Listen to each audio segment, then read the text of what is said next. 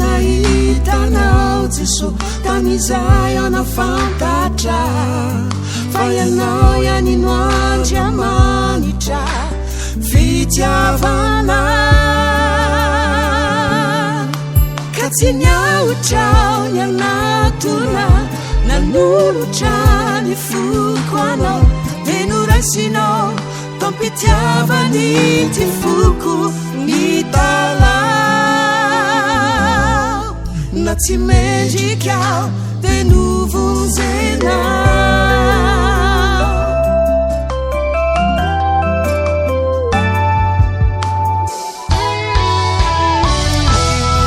tsy mamendriky ty zao no tiavinao natolotrao ny tenanao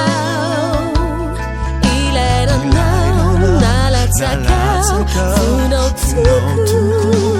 mba anasasiana ty ity foko feno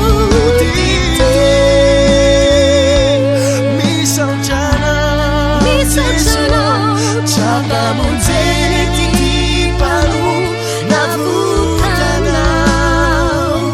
se ci pitiavano devunao anolotrani ando piena tumanao anao nisitraka